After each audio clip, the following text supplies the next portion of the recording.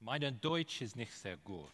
Tut mir leid. I'm going to have to speak in English, so I apologize for that. But what a great space that we're in here today. So I wanted to talk a little bit about Graphcore, and we'll talk about what silicon looks like in the age of machine intelligence. If any of you were here earlier, you may have seen another one of these pictures that we produce. So this is a deep neural network rendered as the actual compute elements that are running inside one of our IPU processors, our intelligence processing unit devices. So we as a company, we're developing a new kind of processor to accelerate artificial intelligence. We have raised so far over $300 million in venture capital. We have a partner here in Munich in the shape of BMW, which is part of the reason that I'm here.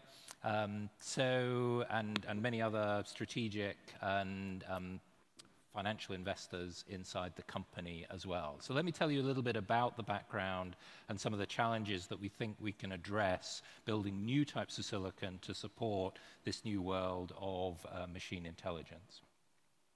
So I think it's important if you sort of take the view and you say, so what is intelligence? And people are undecided. You know, there's no clear definition of what intelligence is. You know, we talk about it as being perception. You know, we understand things, we recognize objects at its simplest level.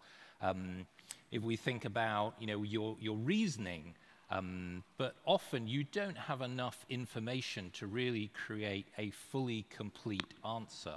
You're often making your decisions based on an incomplete set of data or an incomplete set of knowledge, and so you're making judgments about the decisions that you're making. You think you've made a very precise decision, and you can probably post-rationalize why you made that decision, but if you actually uncover it, you probably couldn't sit down and write an algorithm. You couldn't sit down and write a program to describe how you came to that decision. And that's very, very important, I think. The other thing is, you know, if somebody kept doing something and kept doing something wrong as a person, we wouldn't think of them as being very intelligent. And so, you know, the fact that we can learn from experience, you know, is very fundamental, I think, to describing something that is intelligent. And that's very important because, again, the ability of a computer to recognize a cat, for example, which is, you know, some of the early examples of what people have done, you know, if they keep getting certain cats wrong, you would need to retrain the system, you know, and go and learn again. But wouldn't it be better if they could recognize, you know, just by being told you got that one wrong, that they would learn and they would instantly learn how to improve inside the model. So that requires some kind of feedback inside the system, maybe something like reinforcement learning that is actually allowing you to learn from experience.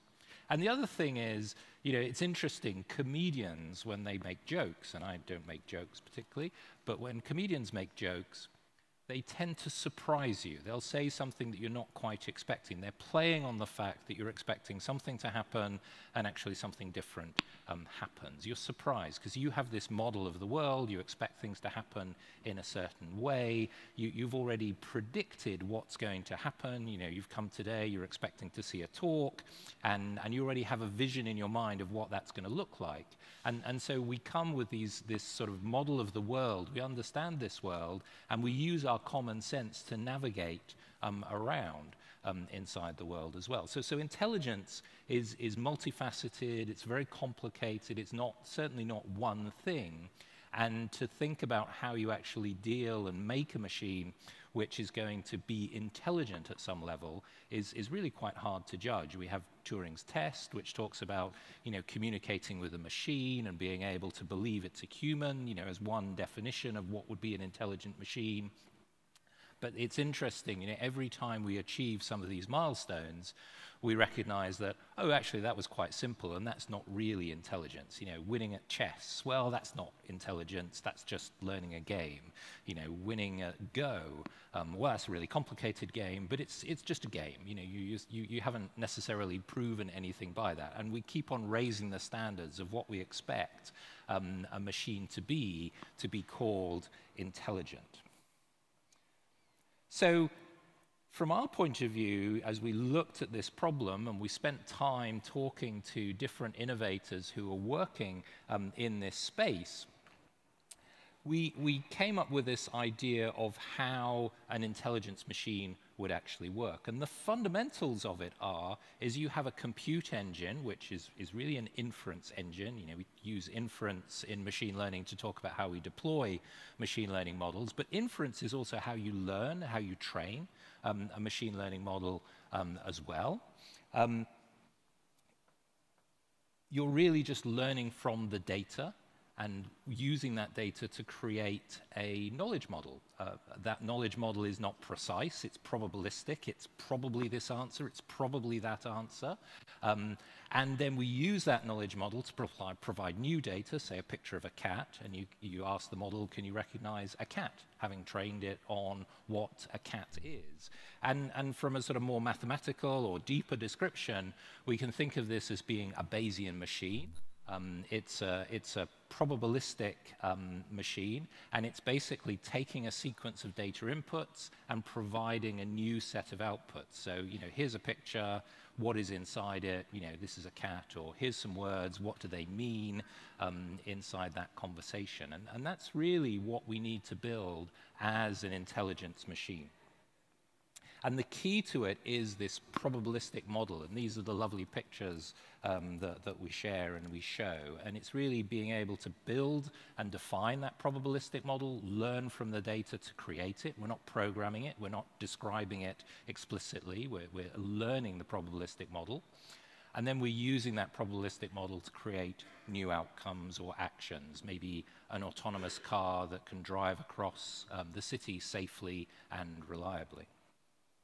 So the knowledge models are really the key to this. We need to be able to compute on a data structure which is incredibly complicated. Knowledge models are naturally represented as mathematical graphs, and you know, we're getting into quite deep science here in terms of what this is. You know, graphs are not the things we used to do in school with, you know, an x and a y axis. You know, these are multi-dimensional structures with many inputs that define where in a space that we might find a useful or interesting output. So we think of these as these mathematical graphs with neurons and synapses connecting them together, which mathematically we call vertexes and edges. It's how your brain works. It's how your brain kind of computes upon these probabilistic situations. These graphs naturally describe data structures which are incredibly parallel, millions and millions ways parallel inside the machine. And that allows us to build a very highly parallel processor that can efficiently process on these very highly parallel data structures.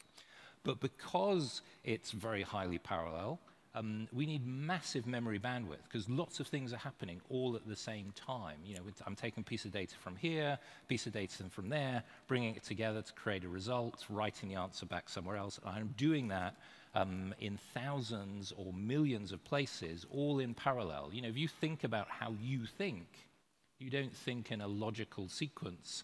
Do this, do this, do this. You might describe afterwards that's what you do, but the reality is you're recognizing a chair in parallel with recognizing a friend, with recognizing that you're in a theater. You know, all that stuff is actually happening highly in parallel, and that's what we need to do from a compute perspective as well. What's interesting is in most high-performance computing applications, we create computers that are very precise. They work on very precise arithmetic. Whereas here, we're dealing with probabilities. We're dealing with imprecision. And actually, the precision of the arithmetic doesn't need to be as high. And that's a benefit as well, because it means we don't need to spend as much energy in doing the arithmetic. we can spend more energy on actually getting access to the data. So the key is, how do I connect the data and the processors all together? So if you look at what people are doing today, many of the researchers are doing today, they're doing things which are still very, very simple. They're doing things based on data that is static, data that isn't changing, a photograph from that point of view. They're trying to recognize from the photograph what is actually happening here. Can I recognize an object inside this photograph? And it's typically that is done from training using millions and millions of images to be able to learn what these specific objects are and to be able to recognize them. And you're not trying, and one of the things you're trying to do is not recognize the exact images that you've learned from, but you're trying to generalize across the images to be able to generally recognize a cat. But even today, the kind of machines that we have, they do a very good job at recognizing specific cats from different angles and all the rest of it. But you'd show a child a cat, and they'll look at a computer screen, and they'll see an animation of a cat on the computer screen, and they'll instantly recognize that's a cat too, whereas a machine would need to be trained again with animations of cats to know that that is also something we might recognize as a cat. So we're still doing things in a way which is not how we ultimately need to do it. And so where we need to get to are machines that can deal with sequences of data, language. I talk in a sequence of words, and you can't understand me just by recognizing the individual words, because I'll use words like this or that. And what does this mean in the context of this conversation? Well, it depends on the conversation we're having. Here I'm talking about machine intelligence, and maybe this means machine intelligence, because that's what I just referred to earlier in the sentence. So that means that I need to remember something. I need to then use that thing that I've remembered, okay, so this is the subject of the conversation, and now when you refer to this, it's this subject that you are referring to. So I need memory. I need what we call recurrence. I need to be able to feed back and remember things. So these types of dealing with sequences of data are very important. Context, understanding, learning from experience are incredibly important. So we know we need to build things which are very different. And as we spoke to innovators, what we heard all the time was people are being held back by today's hardware. So what we went out to do was to create a completely new type of processor, something we call the intelligence processing unit. It's much more highly parallel. The model is inside the processor, and it works on graphs. And it's not like CPUs, and it's not like GPUs, which people are using today. It's a completely new type of processor that is designed for this completely new workload, which will be the future of computing. The chip we've built is the most complex processor that has ever been built. 24 billion transistors nearly inside it, thousands of independent processor cores. The one inside your laptop maybe has 5 or 10 processor cores. This one has thousands of processor cores. The whole model, knowledge model, is held inside the processor, so massive amounts of memory to be able to achieve that inside the chip. Massive memory bandwidth. 10 times, 100 times more memory bandwidth than any other processor has been able to achieve, and huge amounts of connectivity between these processor cores so they can all work together in an orchestrated way. So this is now shipping to our first customers and is ramping towards volume production at the end of this year. We built a software tool chain to be able to support this that takes the descriptions that people are using today, things like TensorFlow and PyTorch, but also builds a new layer that we call Poponics that allows people to build more complex models, to stretch those across multiple IPUs, and to optimize for training and for learning across this new environment, either on a single card or on a system that contains multiple cards with multiple IPU processors all working together on the system, both for training and then for inference. And we've built that into servers. So we've been partnering with Dell, who is another investor in our company, to build servers that contain multiple of these processors inside PCI cards, all connected together, 2 petaflops of compute in a 4U unit that we're already shipping to our early customers, and as I say, will be in volume production and available generally by the end of the year. But even this huge amount of processing isn't enough. We need to build systems which are much bigger than this, because the brain is an incredible object. It supports something in the order of an exaflop or more of compute, we don't quite know. And it sits inside your head, the whole knowledge model is inside your head, and it runs at about 20 watts. Quite an incredible computer. You know, we can't replicate that easily in semiconductor. We'll never be able to replicate that in semiconductor. But what we can do is we can build very large machines that sit in a data center and provide a more advanced form of intelligence that we can apply and make available in narrow vertical spaces that could be delivered to your mobile phone. So we're building systems that have hundreds of processing units, each with multiple IPUs inside that deliver exaflops of compute, but the type of compute that is designed for these next generation machine intelligence systems. So that gives you an overview of Graphcore. It tells you a little bit about what we're doing. We're working with some very interesting partners in areas in the cloud, in on-premises compute, ultimately going inside a car to make it autonomous. You know, building autonomous vehicles is incredibly complicated. You know, ones that help you a little bit is probably tractable, but to build one that is truly autonomous, that can drive me around when I'm old and frail, that's what I'm looking forward to. You know, those are much more difficult and hopefully will be powered by an IPU as well. So it's an incredibly exciting journey that we're on. We're building a company that is going to lead in this computing technology. It's based in Europe. Well, if we can still call the UK Europe, hopefully we're allowed to. And from that point of view, you know, this is an opportunity for Europe really to lead in terms of this next generation of computing. So what we say is that our IPU technology is going to let the innovators create the next generation of machine intelligence systems. That's what we've designed. That's what we're working with many of these leading innovators to build this next advanced systems. Thank you very much.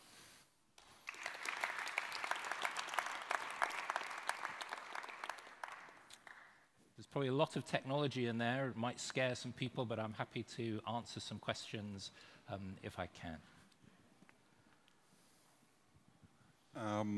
I have a special question.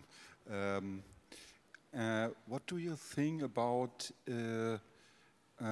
neural engines combined with brainwave sensors? So I think this is a very huge application field.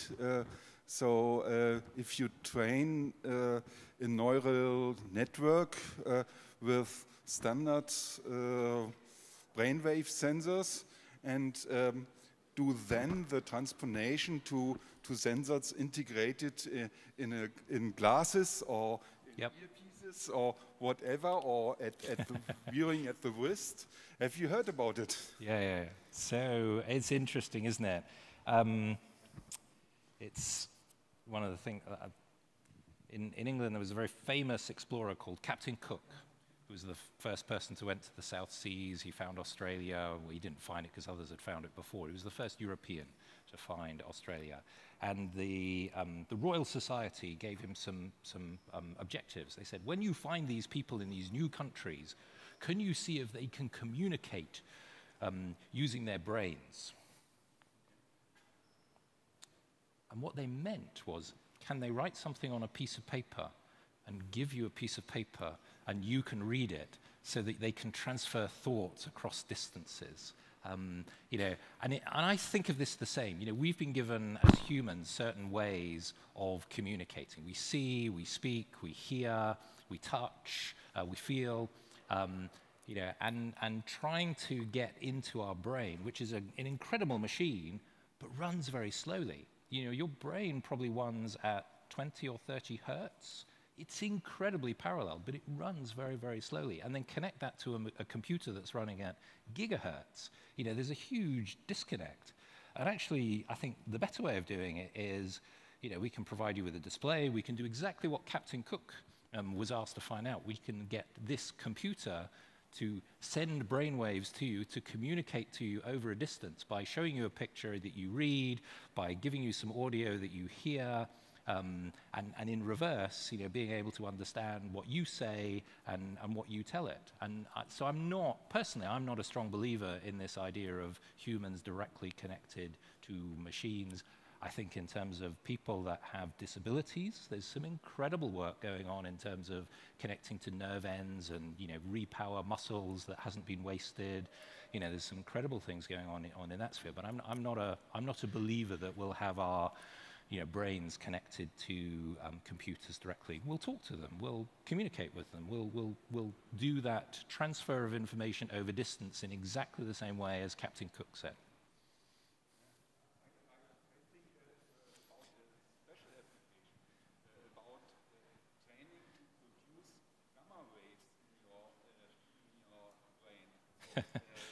Meaning a faster way than meditation. Well, maybe we can talk offline. I think there were some other questions back here. Thank you, very fascinating. But you must have competitors, right?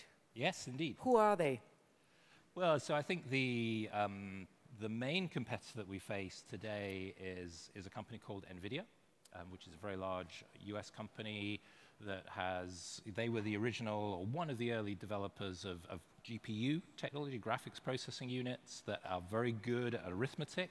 And they are what people mainly today, what researchers mainly today are using to try and do these kind of machine learning techniques. And they're helping, but the main researchers are saying, actually, that's holding you back. That these types of machines, the existing machines, are holding them back from making these new breakthroughs. This is an incredibly exciting space. There are something in excess of 60 companies who say they're doing something interesting in this space.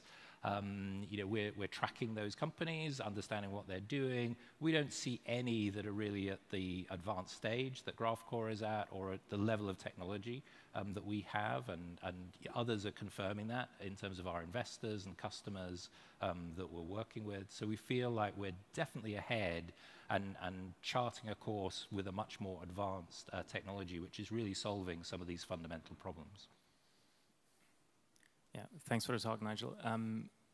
I have a question. The machine learning space in general is very dynamic, and there's research coming out almost every day, and the algorithms change, everything changes. Mm-hmm. How robust is your chip for these changes? No, absolutely, and that is exactly at the root of what we're doing. I think what we did was we sat down to understand, okay, how is this going to evolve?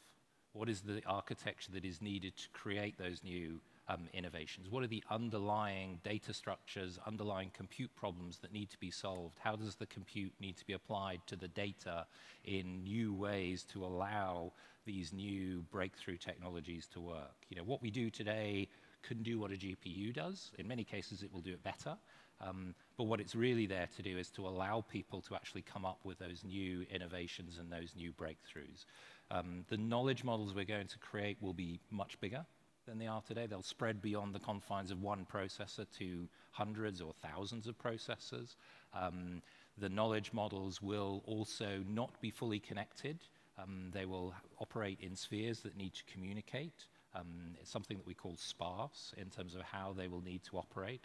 And all of these things, we try to anticipate inside the product, and we're trying to grow our team as fast as we can to be able to innovate and drive forward to support the changes as we see people using our technology that they need to support them.